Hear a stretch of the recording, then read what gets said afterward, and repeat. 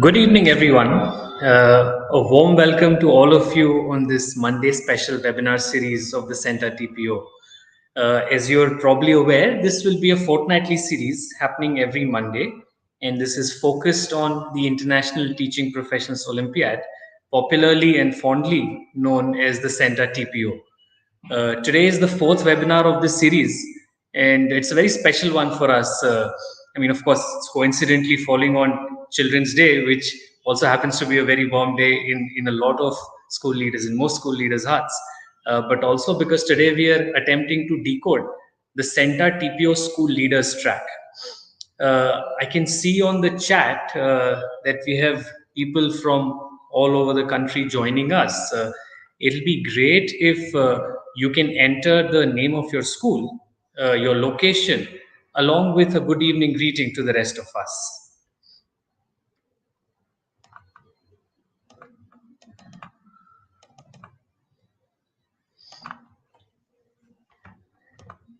So while we do that, a quick introduction from my side. I am Rahul. I head outreach at CENTA. I joined CENTA in March of 2020, and I've had the privilege and pleasure of interacting with many of you on this forum here. A few things to announce in the beginning itself. The feedback form will be shared towards the end of the webinar. Those that fill the form will receive a participation record. We'll be answering all of your questions, so please keep putting it on the comment section. We'll try to address it either during the webinar or at the end of the webinar altogether. Most importantly, we have a surprise announcement towards the end of the webinar, so please stay tuned. So we'll wait for a couple of minutes to have more people join the webinar. A few people have written in saying they're having some trouble with their connections. Right. In the meantime, let me say hello to some of the principals and teachers who've joined us today. I can see Ms. Ekta Seth from STPS East Punjabi Park, Delhi. I have Mr. Bharat Dahima from Bharat Dahima Central Academy, Jodhpur in Rajasthan. Lovely. We have more people from Punjab. Hello, Ms. Babita from Holy Heart Public School in Mehal Kalan, Barnala, Punjab. It's a very refreshing sight to see so many of you joining from all over the country. We have more people joining in from Delhi. We have somebody from Gujarat now. Hello, Ryan Dumas from Surat, Sandhya Shahji, Ryan International School, Surat.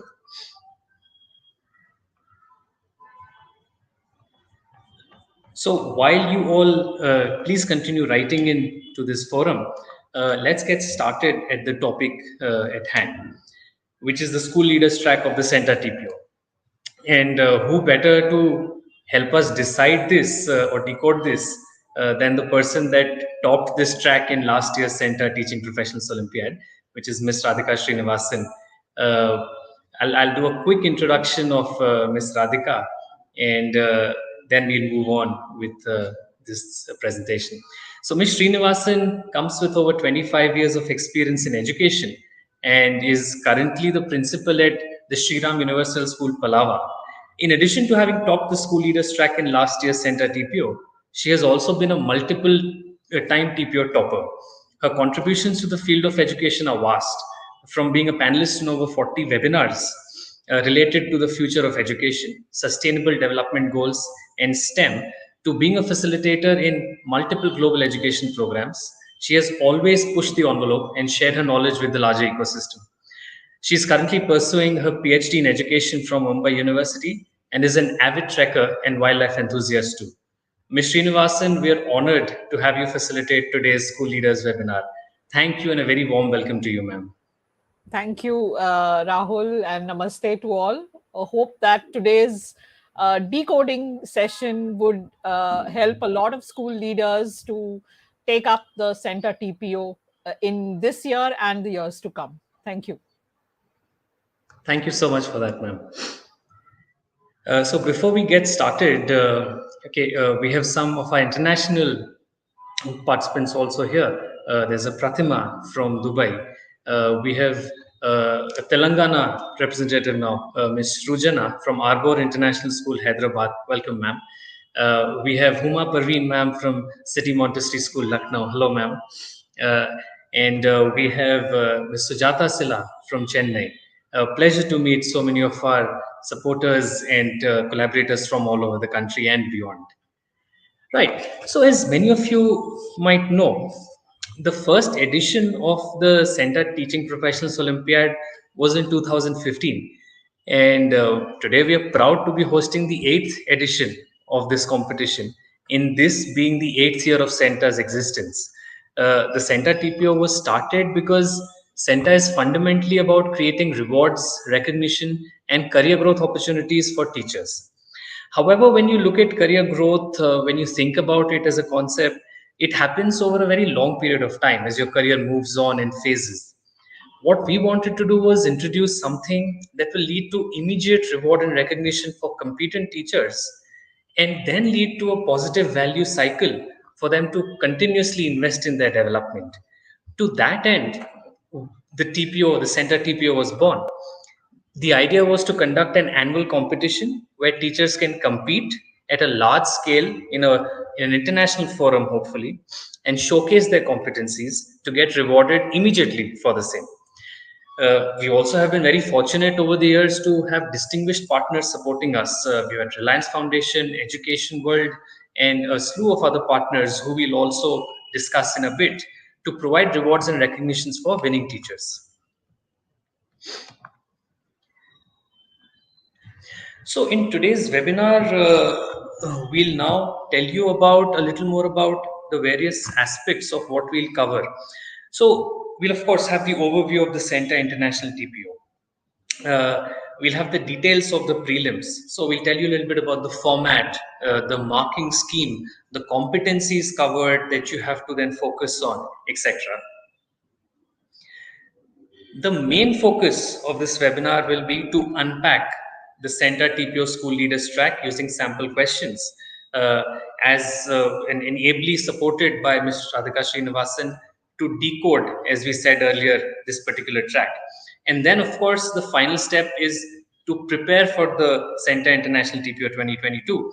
So, some ideas on how you can go about being better prepared when you take this test actually. Right. So, a quick run through of TPO through the years and how we've evolved.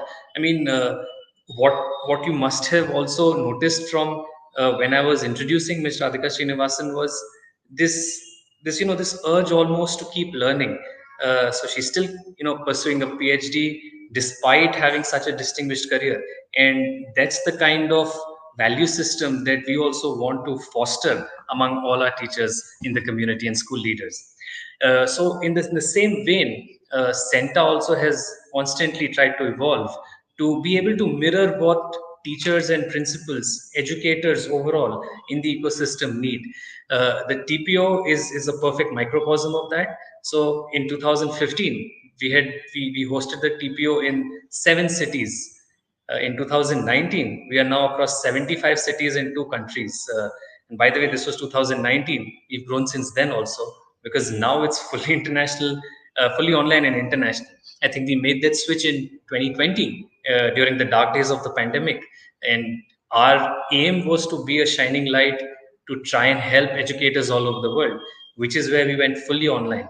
And now we are represented in around 34 countries across the world. Coming to the subject tracks bit, in 2015 we had 9 subject tracks. Come 2022, we have 34 subject tracks in the CENTA TPO across all your subject grade combinations of early childhood education, going to primary, middle, secondary, and senior secondary, but some very eclectic tracks also. The Hindi language is much better covered. We have a special track for co-curriculars because we could see that the academic side might not be covered, but there are many other common pedagogical concepts, communication, etc., that can be covered and tested using this track. And of course, we have the school leaders track, which we are here for. Now, in terms of the format, from 2015 to 2020, we only had a multiple choice question format, as many of you are aware. 2021 onwards, we've now been running an MCQ plus video. Now the idea behind this was that while an MCQ test can check for multiple competencies, it does not really do justice to testing, say, the applied verbal communication of a teacher.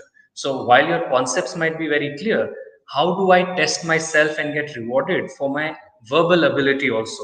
Because that is finally the practical aspect that is permanent and necessary in a classroom, be it online or in person. To that end, we introduced videos where teachers and principals would have to upload two videos that would then get checked for.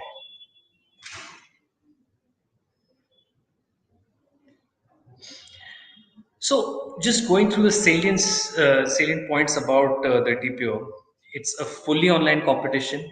You can log in using the credentials provided to you, and all you need is a system with 2 Mbps speed.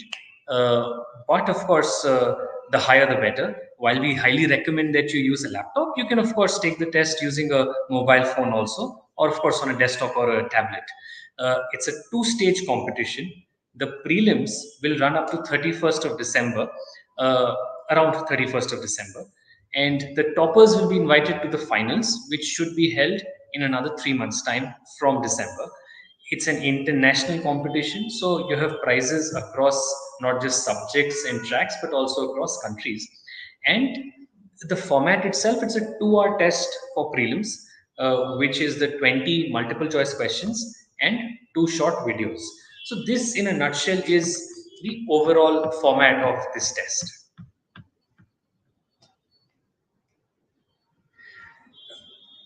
To dive down a little deeper into the format itself, to give you a sense of the competencies that might be covered.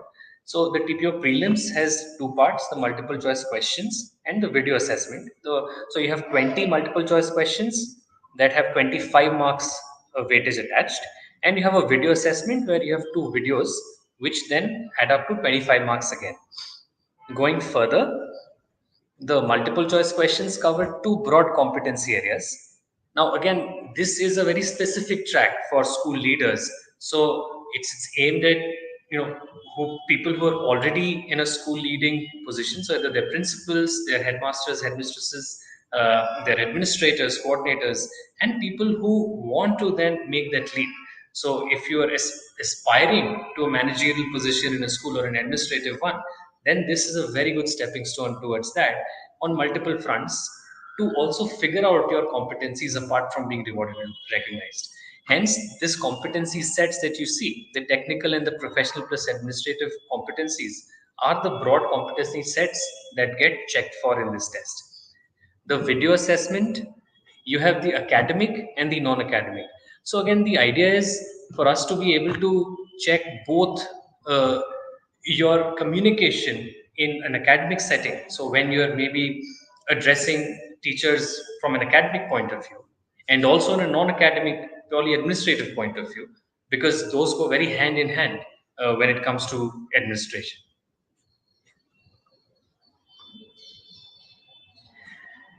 Right. So the test framework again, the as you can see here, the technical competency is 8 questions, professional competency is 12 questions, and a 10 and 15 mark test.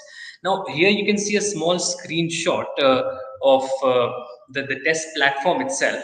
We'll not delve into too much detail on this front, and I'll quickly try and run through this portion so we can then hand over to Ms. Srinivasan to actually take you through the meat of the matter in this presentation, which is how to get to the academic side of things and how to actually get into the questions. Right. We can move on, please. Yeah. And this is the verbal communication section, a simple screenshot of how this happens over a Zoom platform. Again, it's a platform that's quite commonly used, and you most likely are already aware of it. One quick look at our partners, because honestly, the partners are what bring the pull of the TPO.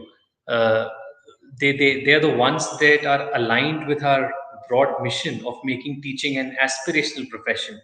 And to that end, to that extent, they go all out and reward and recognize all teachers that outperform in this competition. So Reliance Foundation and Education World are our primary partners for this year's TPO also. Some of our additional partners include the distinguished universities of California, Santa Cruz, Oxford, and Buckingham, uh, Tata Institute of Social Sciences, Tag Hive, and Key Education Foundation. Some of our previous partners include Central Square Foundation, Firki, Michael Sustel Foundation, Lenovo. So as you can see, there are quite a few different types of partners, but the one thread that connects all of them is the idea that CENTA and the partnership should reward and recognize teachers that do well. We are trying to make teaching an aspirational profession throughout. Some of the prizes and benefits for this year's TPO, again, a quick look. Of course, you can look at more details on our website and the links that we'll share. But there are cash awards worth around 20 lakhs from Reliance Foundation. There's media recognition for winning teachers in schools from Education World. There are multiple teaching opportunities from Oxford University Press and University of California, Santa Cruz. And there are specific opportunities for B.Ed colleges by Tata Institute of Social Sciences. The University of Buckingham is providing a very special certificate of teaching excellence to winners. Apart from that, CENTA, of course, will provide uh, huge discounts and training opportunities to all the finalists. And again, the main idea is for teachers to also get a very good sense of where they stand, what their strengths are, what their key development areas are. And we provide a fully confidential and personal scorecard and digital badges and certifications for all the high performers.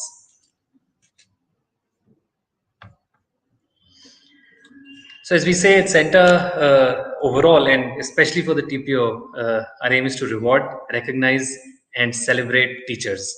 We are very humble and proud to be able to do this and to continue on this mission. And now we'll move on and hand over the baton to Srinivasan to take us through the rest of this. Thank you, Rahul, and thank you to the center team for enabling this interaction with the prospective, TPO takers for this year and the years to come. So before I move on to how you could prepare, or what are the core competencies that you need to focus on, and how do you deep dive into the TPO. I'd just like to quickly share about my association with the Center TPO and why I decided to take it. So, as Rahul mentioned, I have attempted the TPO in the earlier years in biology, which is my core subject at the middle school level and the high school level. Then I did English at the middle school level, because though it's not a subject that I have studied, it's a subject that I'm interested in, and I achieved reasonable success in many of them, among the top 100, among the top 500, and so on. So the TPO has always been something which has piqued my interest, because the level at which the TPO is pitched is, it provides a very good benchmarking. So it's a validation for your own skills. It's a validation for what you know, and it's something which is generated from a lot of research, and it's research driven. So I was always interested in attempting the TPO in various tracks. And last year, when the school leaders track was announced, I was very happy to note that there's something which a school leader can assess himself or herself. As just taking off from Shakespeare's quote, that I'm just going to modify the quote a little bit to say that some leaders are born, some leaders are created, and some have leadership thrust upon them. So whatever kind of leader you are, it's a validation of what you are doing in your institution, and it's a very good way to judge where you stand, what competencies go into a leadership process, and where you can and must improve. And of course, it's you need to be in touch with the educational space, which is so dynamic, and so you need to be agile as a leader. And I think the TPO is a very, very good benchmark for that. Of course, winning the school leaders track was a great moment for me, and I didn't know that I had won it when I was just told that, please log in at this time to know the result. And I think it was intentional that the emotions be captured at that time. So I was just told, please log in at this moment, at this time, when the results are being announced. And so I was very overjoyed. And the Reliance Foundation Teacher Award did come with a sum of money, which is 1 lakh of rupees, which is always very pleasant to receive. And what I learned about myself as a school leader is that, of course, there are competencies, there are technical competencies, there are digital competencies which you can and must decipher for yourself, and you must kind of build upon, because these are something which leadership is not the end of the road. It's always an evolving process.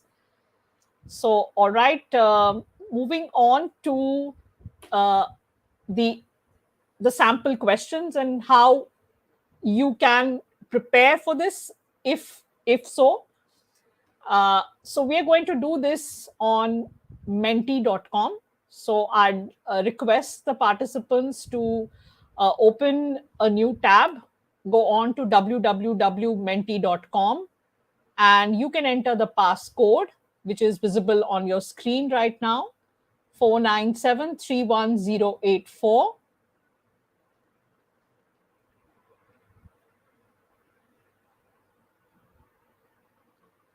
We give all the participants a moment to go on to menti.com. I'm sure because of the pandemic, every one of us is very versatile and able to move on to these various tools and these digital engagement tools. All right, so you would be able to see the first question on your Menti screen, which is the first question of MCQ format. A new language teacher has joined your school.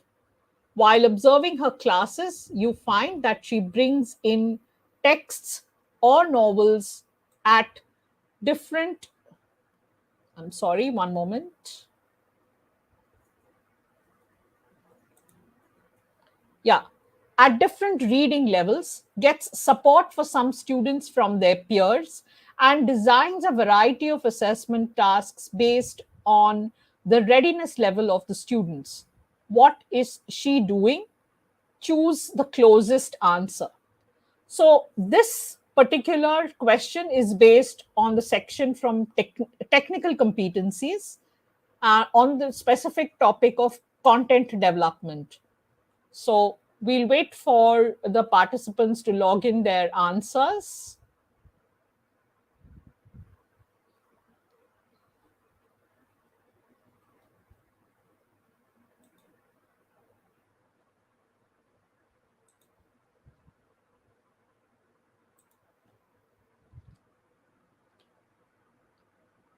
Okay, we still have a few more responses coming in. I hope everyone has been able to log in. Is anyone having any difficulties logging into menti.com?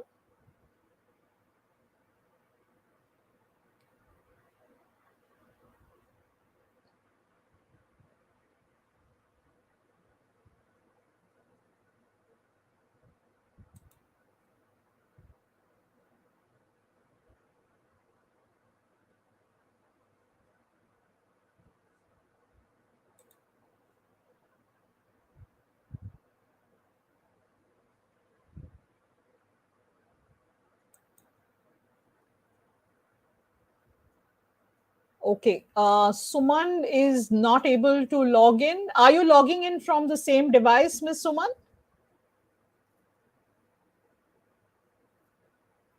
Else you could try with your phone also.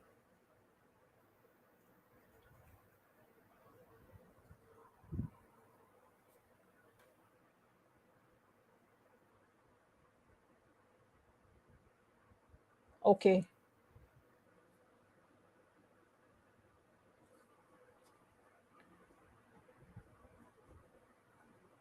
You need to navigate to menti.com. Keep that tab open, please, because there are a couple of more questions coming your way from, the next few questions are also on Menti.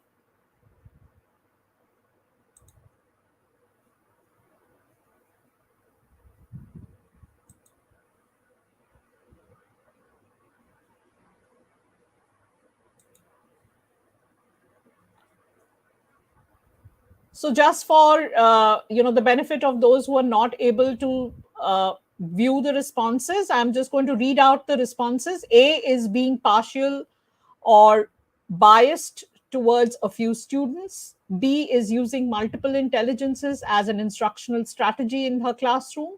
C is differentiating instruction based on student needs. And D is building a strong relationship with and among her students. So those are A, B, C, and D, the four responses.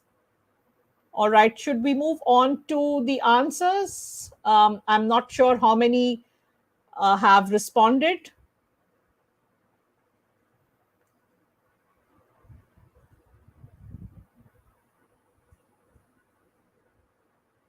Okay, we still see a few responses.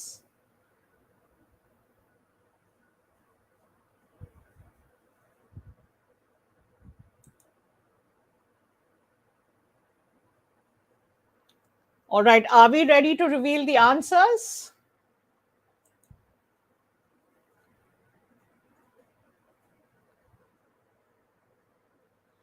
Miss Anandavalli, the second question hasn't been revealed yet. We're still on question one. So the correct answer is option C, differentiating instruction based on student needs. I think many of us know what differentiation means is adapting the students' learning needs to individual students. So the correct answer for this question is C, option C, differentiated instruction. And why is option A incorrect? You can see on screen that the teacher is not being biased or partial, but in fact, she is using different methodologies and different pedagogies to reach out to the students with different needs. Why is option B the wrong option? Because this is not an example of multiple intelligences, because multiple intelligence is a whole different gamut. It is adapting the different learning styles to the different students. It could be kinesthetic, it could be spatial, naturalistic, linguistic, and so on. And why is option D the wrong answer is also because this is, a generic statement saying building a strong relationship. That's not the reason why the teacher is doing what she does in her language classroom. All right, we move on to question two. Those of you who have the tab open can stay on it, or else if you have missed out, you can log in again. The passcode is visible on your screen, www.menti.com 497 31084.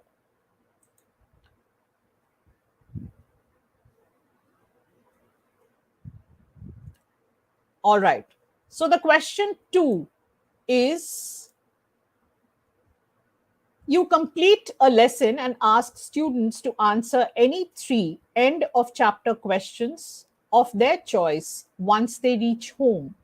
Is this an appropriate example of a summative example? Why or why not? I'll read the question once again. You complete a lesson and ask students to answer any three end of chapter questions of their choice once they reach home. Is this an appropriate example of a summative assessment? Why or why not? Uh, the option A is yes, summative assessments are taken to gauge student understanding on short topics after the lesson. B is no, summative assessments are usually projects on which students are evaluated and not written tests. C, no, summative assessments are taken to give students explicit feedback, which is not given here. And D, no, summative assessments are more standardized exams to evaluate student learning against a benchmark. Please put in your responses.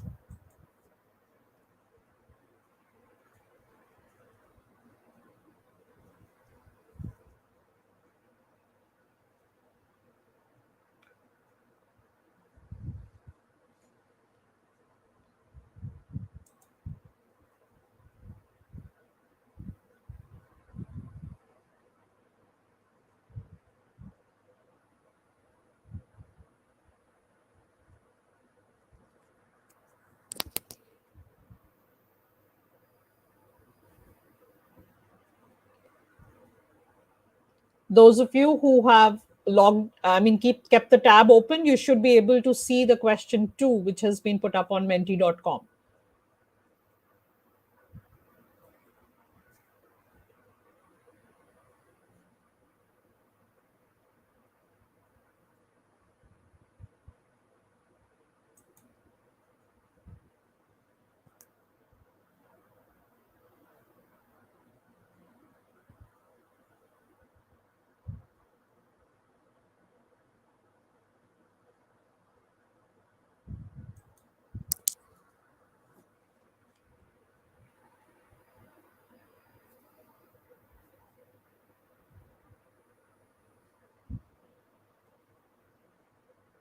Uh, are the options not visible? Not sure. On Menti, I do see the options, perhaps. So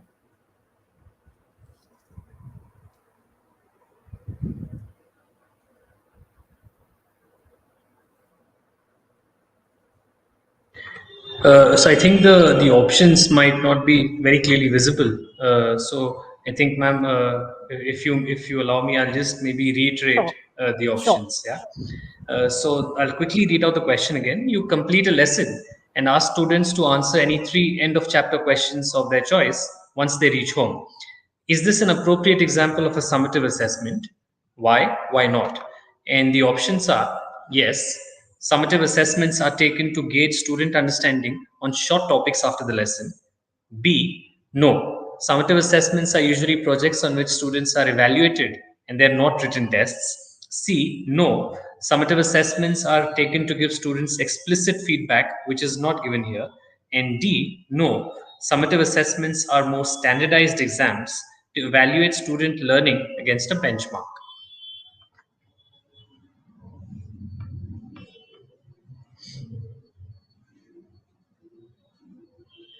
I'll also take this occasion quickly to welcome more friends from India and the world. Uh, Hello, Ms. Abha Verma from Udgam School for Children. Hello, Ms. Sujata Silla from the PSB Millennium School, OMR, and all teachers from Philippines. So, ma'am, maybe we wait for another 10-15 seconds and then move on. Yes?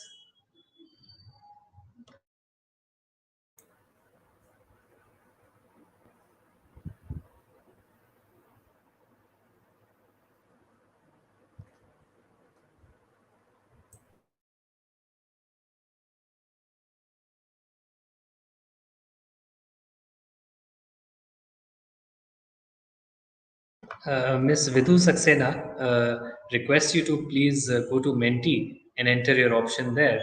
It then gets more represented in the overall scheme. So if you can just please go on to menti.com and answer there. Same for Ms. Sherpa.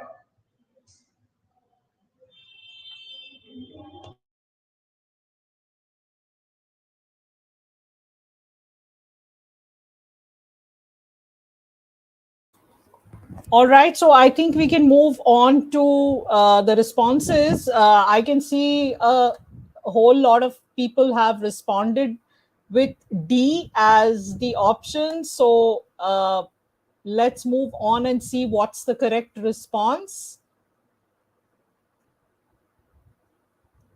So the correct response is D, and hooray for all the participants who have put marked D as the correct response.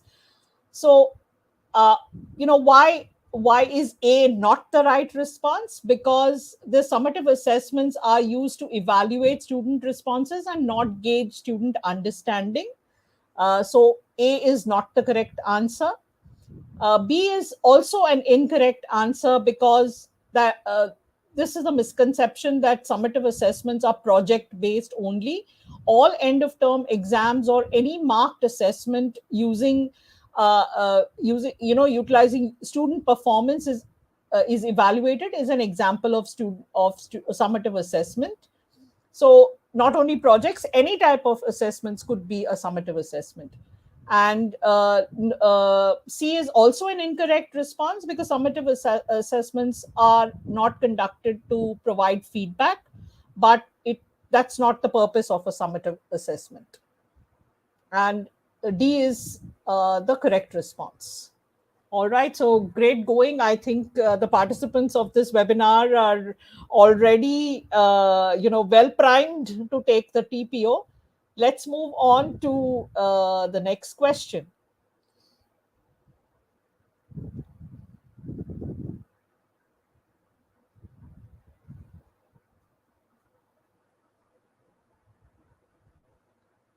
All right, so the third question says, as a principal, it is important to increase your efficiency without reducing effectiveness. Which of the following changes is not a good example of this? Mr. Rahul, do you want me to read out the options? That'll be great, ma'am. I can maybe reiterate after you've read it out once. Sure. So the option A says observing teachers and implementing shorter and frequent feedback cycles. Option B, review of key learning outcomes in place of large data review. C, changing the pattern of the parents' meeting from a one to one to whole group, and delegating school schedule related work to senior teachers or assistant school teachers. We want you to identify which is not a good example of increasing efficiency without reducing effectiveness.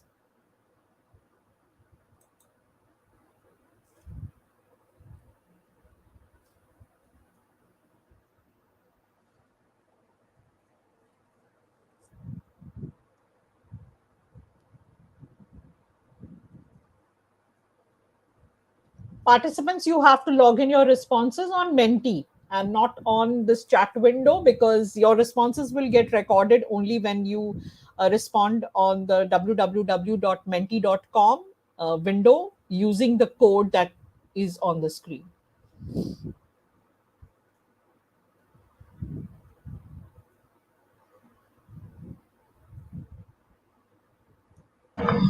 So far, I think this is the closest one to call as compared to the first two questions. It'll be interesting to see where this goes.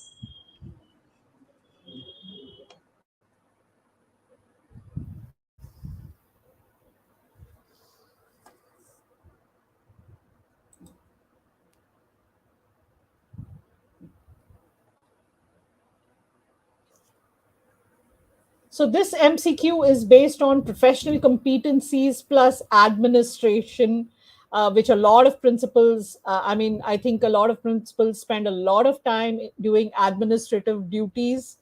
And this covers the basics of administrative aspects. The topic is basics of administrative aspects. So just to give all the participants an overview of which what kind of competencies and what kind of topics are dealt with in the school leaders track.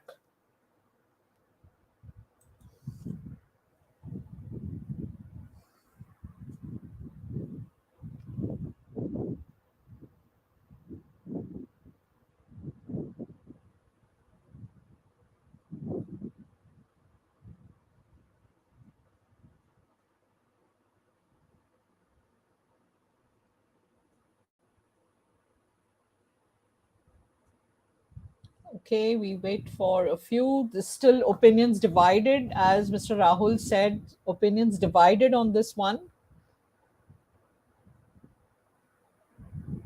The responses equally distributed among the different A, B, C, and D.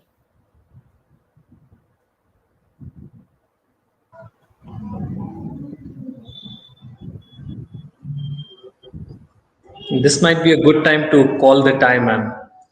We have All two on right. 11 each. All right. So let's move on to what is the correct response. The correct response is C. There's a catch in this question which says which of the following is not a good example of this.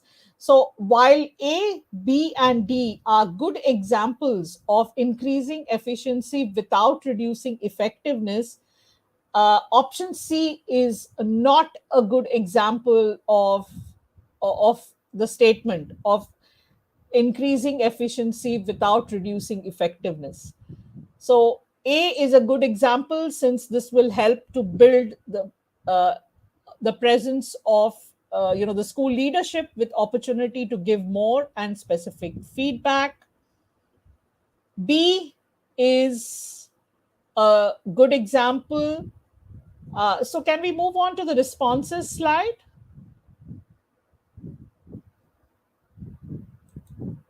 Yeah, thank you. So B is a good example of, because it helps in aligning to specific goals. And D is also a good example for empowering and creating a pipeline through exposure to specific responsibilities, while C is not a good example. So, this is the kind of questions where you need to watch out for the wording of the questions and specifically identify which is not a good example. All right. So I think our audience and our participants are, quite engaged. So we move on to the next question. Once again, on your screen, you have the Menti code. Those of you who have logged in late or have lost your code, this please log into www.menti.com and enter the code 49731 084.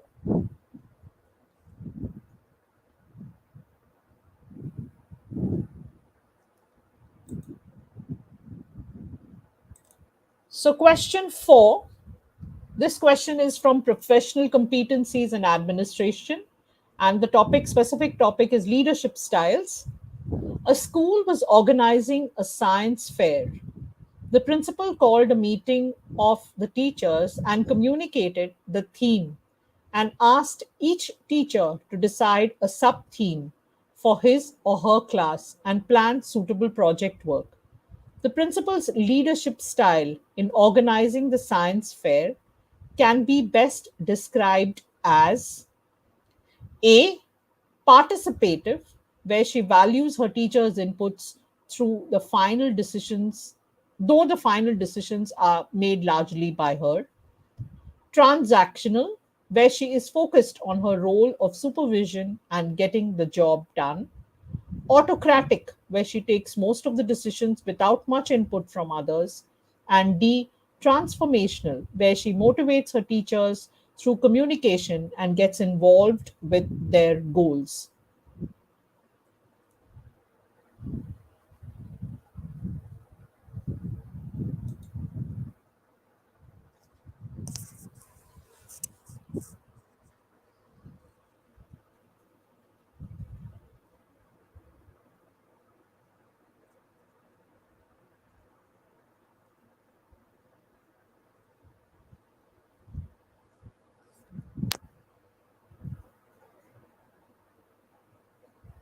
Again, very interesting trends coming up with option D having the highest takers so far.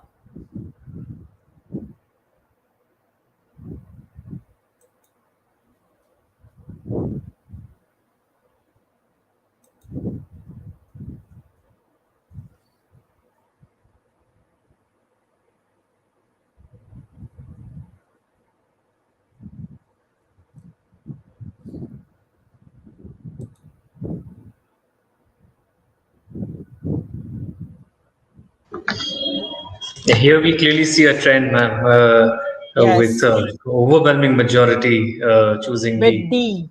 All right. So I think we will move on to the responses. We move on to the responses, and the correct option is option B, which is transactional. So, why is option A the wrong option? Because teachers are given respective tasks, but this is not participative in nature. uh, they're not given a chance to view their own, put forth their own opinions, or put forth, they're already given a task sheet. Transactional is the correct response, because as a principal, the principal has already outlined the roles for each teacher. uh, it's not autocratic, because teachers have autonomy to decide for their own class. And it is not transformational, because the the principal has not asked for any opinion. It's not making a change in the mindset, attitude, and so on. So this is a transactional style of leadership.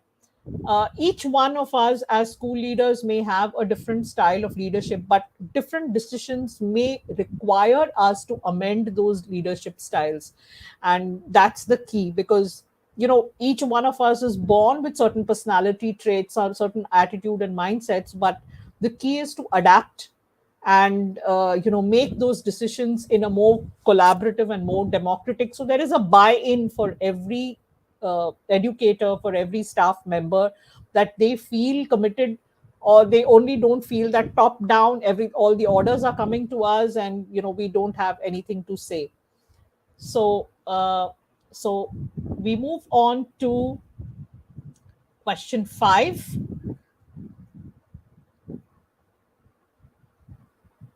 Once again, the question is being flashed, sorry, the Mentimeter code is being flashed on your screen. All right. So, question 5 is, effective school leaders commonly make both near term plans and long term plans. Near term for the day or for the week, and long term for the year or beyond. Which of the following is generally most true about a near term plan in comparison to a long term one? This section is based on professional competencies and administration, and the topic is planning or work plans. The option A is, the near term plan should be more broad, while the long term plan should be more specific. Option B, the near term plan should not assume big changes that cannot be achieved quickly. Option C, the near term plan should focus on daily administrative problems, not on improvement initiatives. And D, the near term plan should be created taking approvals from various authorities, for example, district officers. So I hope our participants are sending in their responses.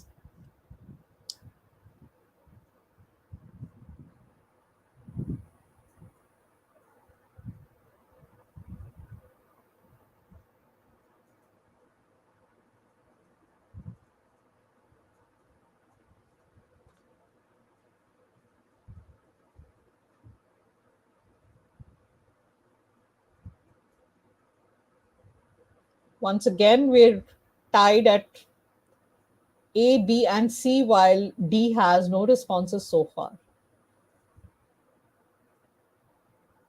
I think just to interrupt, ma'am. I mean, this is where guidance from a previous winner like yourself will be very key. As we see, then some of the questions people are quite unsure of which the answer is, and to be able to, as we were saying at the start, to decode this will be quite key. We'll of course come to how we can help prepare ourselves Yes. better for the test overall. But just for everybody in this audience, the idea is that this particular option by option analysis of these questions, even though it's a very small exercise in terms of us covering only 5 questions, is quite important in how we would approach, or how it would help us hone our approach to answering these questions. So thank you very much, ma'am. So I think we have, quite a few responses, and we have, tied responses between A and B. So can we move on to the responses?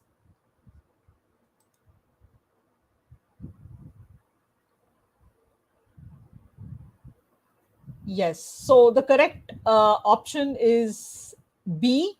So I'll tell you why B is the correct option, because here we are asking of which of the following is generally most true about a near term plan. So when we say most true, we're not saying that the others are untrue. We're just saying that this is the most appropriate response for a near term plan when you compare in comparison to a long term plan. So the near term plan should not assume big changes which cannot be achieved quickly. So the near term plan is for the day, for the week, and the long term plan is for the year. And all of us in leadership roles are expected to make these plans. So option A is, which says the near term plan should be more broad while the long term plan should be much more specific. There is no such differentiation into what should be general and specific. Both long term as well as near term plans could be specific or could be generic in either way.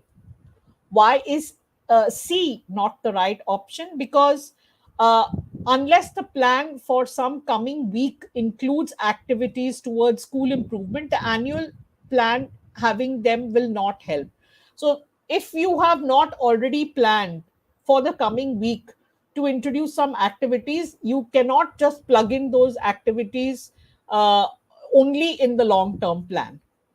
And why is D not the right option? Because the near term plan needs to focus on what is within the principal's control. Approvals, which are, at the district or whatever levels, are not within the principal's control. So there's no point in putting down that. And these things should have already been done before the near term and long term plans take place.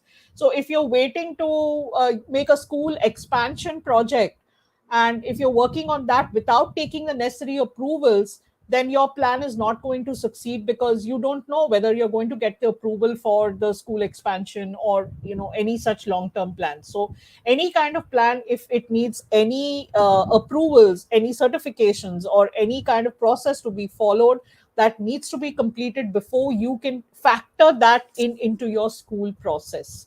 So those were the five questions that we are going to that we decoded for you. I hope that made sense for some of you. So I think Mr. Rahul will take over with the rest of the questions. Thank you so much for that, Mr. Srinivasan. That was extremely informative. And I think, again, just to reiterate how important it is to figure out the nuances in these questions, and to help us hone our approach, as we were saying, which gives us that, strong fundamental basis to then go ahead and attack the TPO and win all the prizes at stake. So, quickly taking you through the rest of the test. So, we've covered MCQs, broadly speaking. But now a quick overview of the videos. The two videos are basically live evaluations. So you are there on a screen with an evaluator, an expert, a CENTA certified expert generally, and you're asked two questions. First is on the academic side. It could be, say, an example could be a few of your teachers have been promoted to coaches for their respective subjects. You want them to start observing classes and providing feedback. Please describe the parameters and structures you will ask them to follow for effective observation. Now, this is a very classic example of an academic question. Again, this is very specific to a school leader's role. Had this question been for, say, a senior secondary chemistry teacher, it would have been very specific to a chemistry concept or topic and how you're going to teach that. If it were, say, for a secondary school physics teacher, it could be about how you will explain the Archimedes principle to your students, etc. Now, video 2 is the non-academic video. So again, this is for 10 minutes, although the first one was 15 minutes, because again, when you're explaining a concept, for example, you would probably require a little more time to figure out how to get that across to your students or your teachers in a school. However, the non-academic is much more generic. It's more natural to your personality. So, for example, your school has been doing well in achieving various student learning outcomes. However, several teachers have recently left your school due to various reasons. One of the teachers has now approached you of a personal concern due to which he cannot work the same number of hours as expected. You want to be supportive of this teacher. However, you anticipate that this will put a lot more pressure on the existing teachers. How will you motivate the existing teachers to accommodate these changes and continue to achieve the outcomes? Now, this is much more personality driven. And as Mr. Srinivasan had also mentioned earlier about your particular style of leadership. And that's what we're trying to gauge from this video. Moving on, a last bit about how to prepare for the CENTA International TPO. And on this, this year we've actually gone on to provide you with a one-stop shop for resources, where you can come and access all the various types of tools that you will need for preparing for the TPO.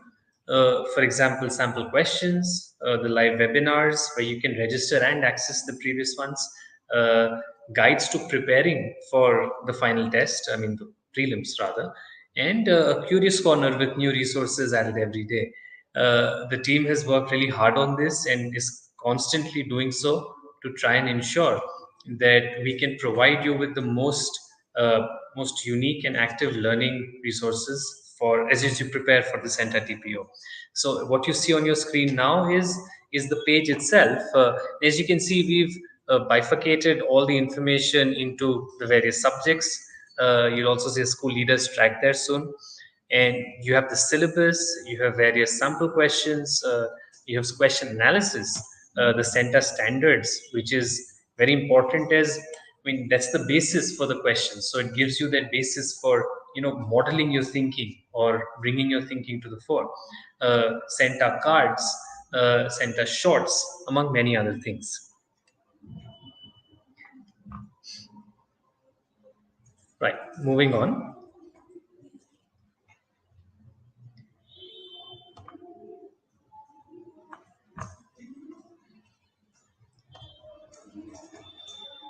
So, how do you actually register for the CENTA International TPO 2022? A quick guide. You go to this particular website. Now, before I get here, uh, if you remember, and I think the more hopeful among us would have remembered that there was a surprise element towards the end of the presentation, and this also augurs the end of the presentation. Uh, so basically, we have a very interesting uh, surprise award today. The top 10 teachers, the first 10 rather teachers or principals that are going to register after this webinar will receive a special discount of 15% on their registration fees. Now, again, this is our idea of trying to make things less serious. I think on a day-to-day basis, principals, school leaders, decision makers have to be extremely serious, put their serious face on, and lead their school and teams. And this is a chance for some fun at our end now. Now, moving on to the process itself, this is how we register. You go to this particular link, centa.org/TPO2022. You click on register now and you fill the TPO registration form, submit and pay. It's a very simple process. This code on your screen now, flash nov 14, is what you can use in the registration form where it asks for a coupon code for a 15% discount. And as I mentioned, this is only for the first 10 people that actually use this code and register. So the code once again is FLASHNOV14, which is FLASHNOV14, FLASHNOV14 for a 15% discount. You can also see it in the chat window here. So it's FLASHNOV 14.